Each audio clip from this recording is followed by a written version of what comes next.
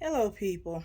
I wasn't expecting to come back on this soon. At first, I just wanted to start off with two videos, during the week, but something came up today because I watch a lot of YouTube videos daily, and sometimes that's the only way I can, get some news going on around the world and also in other places. And excuse what you see in the background, like I told you before, I'm still remodeling, so you see some holes and stuff in the ceiling.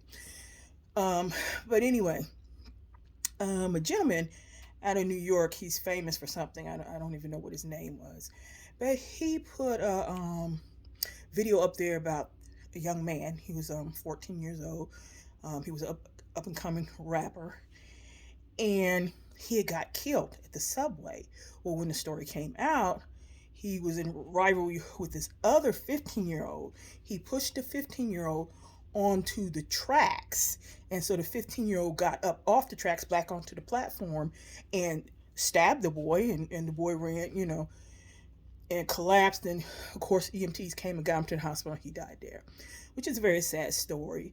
But I noticed the gentleman said, that's considered self-defense, which he's right. The young man was fighting for his life. He got pushed onto the tracks, which he could have got killed, if not by a train coming, by one of the rails that might have was carrying electricity.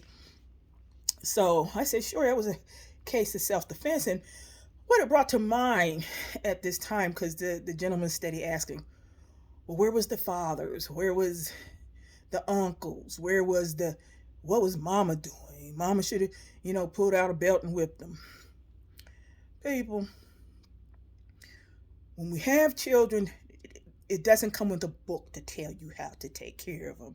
Because each child, trust me, each child is different.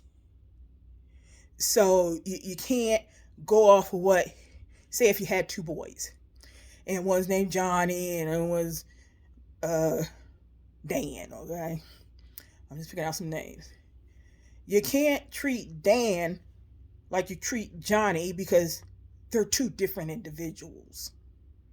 So you have to work along with the individual and learn them. Um, like in my case, my son was ADHD, and I had to learn what is ADHD because I had that old school mentality where, oh, I'm gonna whoop you because you did something wrong. And one day, um, my daughter and I went to look for my son. He was only like 5. He had got out the house some kind of way, and we're looking all over the place for him. Come to find out, he was up. We were living in apartments, and he was up at the swimming pool. But how I found out is I went to one of the neighbors' house and says, "Hey, have you seen Jerome?" And the neighbor said, "Yeah, I saw him a while ago. He was over at the swimming pool, and he jumped in the pool, and he was acting like he couldn't swim. But then he corrected it, and he was able to get out, get out on the side and everything." Well, at this point, I was mad, but um, I can't even think of the word to come up with the time. I was upset, to hear my child out here. I knew he had not learned how to swim yet. And I could have possibly ended up, with a dead child. So first thing I did, I got my daughter, we got in the car and we rode around to the pool. And lo and behold, here he comes out, you know, walking out the pool, la la la, like wasn't nothing going on. And the first thing I did was take my belt off and I tried to tear his butt up right there in front of that pool. And he looked at me, and the look he gave me told me that he did not understand. And at that point, I decided to take my son to the doctor, and that's when I found out he was ADHD because they don't understand. And I was determined that whatever I needed to do, um, so he can become an outstanding citizen within this society, I was going to do it. And if that meant I had to go take him to um, a psychological, doctor dealing with pills and everything, then that's what I did.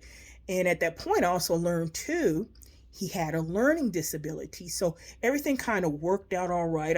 I was able to work with the school and the doctor, and it kept him on a straight road. But mind you, I stayed on top of it constantly. There was times I might have had to quit jobs just to make sure I stayed on top of that young man. But also with my daughter, I did that too. And I think I got a little bit off here on the rant where I want to talk about more about school. I'm going to tell you about how I answered this man when he had and was talking about the 14-year-old.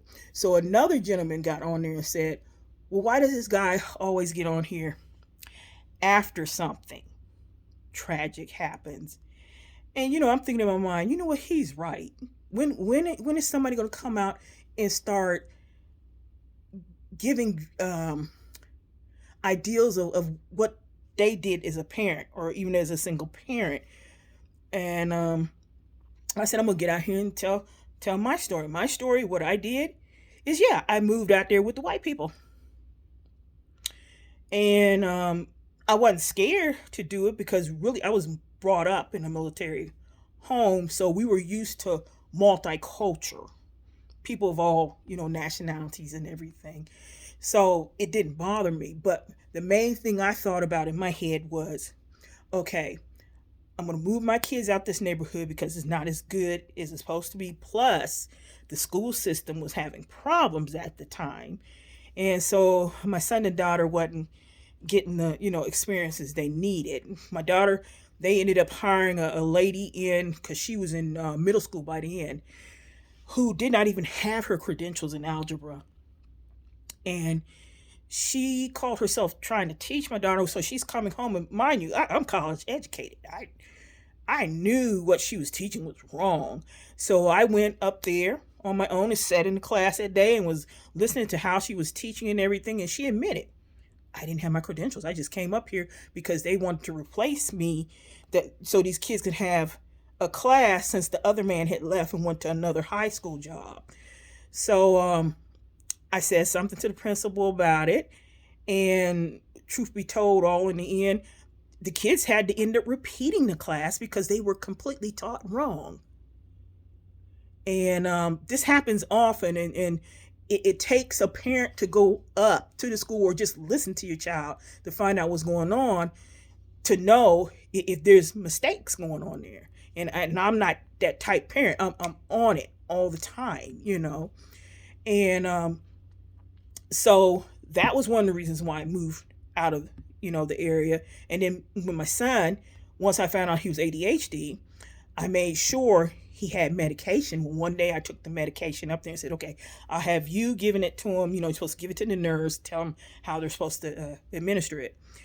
Well, about a week later, came back, there was no pills in the bottle. And I'm like sitting here like, there's no way my son could have went through that many pills.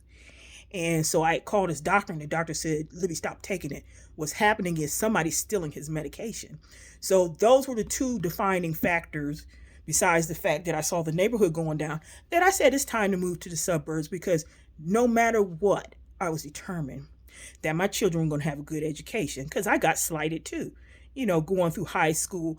And by the time I came out, there were things that I needed to know that I didn't when I got in college. So I found myself repeating some English classes and stuff of that because I didn't pick up on what I needed to pick up on before I went to college. So I didn't want the same thing to happen to my kids. And the same thing with, them playing in the neighborhood, them getting in trouble. I didn't want none of that to happen either. So I went ahead, first moved to Reynoldsburg. I'm Columbus, Ohio. So I moved to Reynoldsburg, which was a suburb at the time. I want to say that was about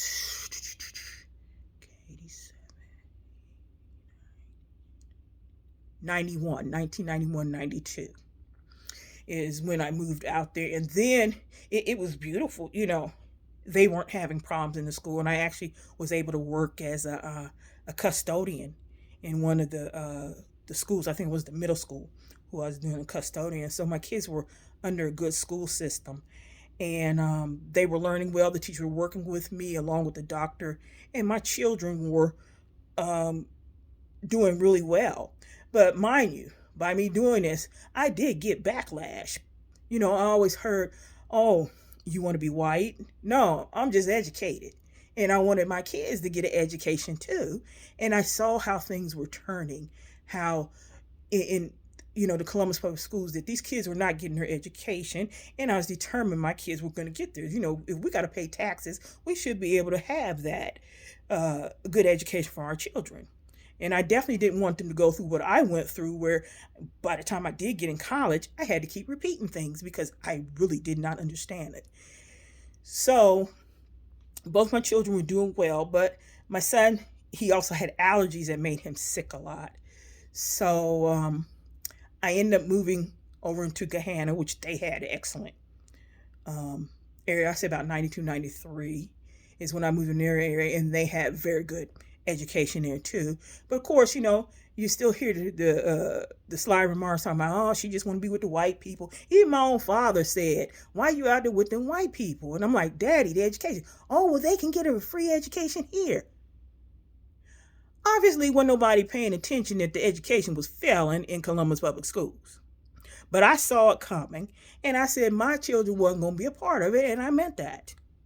So I moved them out. I moved them also to another area to where it wasn't a lot of high crime. It wasn't no black on black crime, of course, because I was mainly in a white area, and you had Asians and stuff of that nature. But you have to understand their culture. They're not ones to go around me fighting each other all the time. They play, and that's the kind of childhood I wanted for my children. But not only was my father saying things, like I said, other people, other blacks like me, was saying things to me about, oh, well, you're just snotty, your nose is in the air, and all this other stuff. No, it didn't have nothing to do with it. Had nothing to do with a class situation. It had everything to do with, I wanted my children to be able to live, and I wanted them to have a good education. And while they was doing this, yeah, I was in church. Of course, I don't go to church now. I'm a spiritualist, but these are the things I did. Once my kids, came into this world, I had made it up in my mind that no matter what, I was going to do what I needed to do because, as most church people say, they say children are a blessing. They're a gift.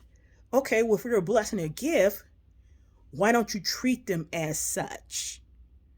Okay? I've heard different parents talking about, oh, I can't make it. Da-da-da-da-da. Find a way. Don't sit there and just think it's all about you and I want to live over here, because I feel this is all you can afford.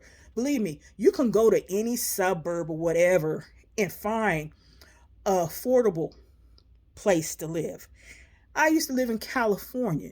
Do you know Beverly Hills even has a lower end of town? Any high end place has a lower income in the town. It's called You Need to Look.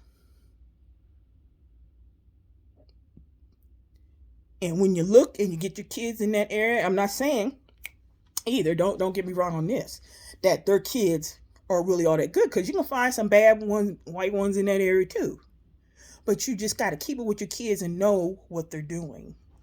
And always, and that's the other thing with my children, I always made sure an adult was watching them. If they weren't at a daycare, at an aftercare service or whatever, oh, they were with an adult. They were definitely with my parents. If I didn't have my parents, I would hire somebody else.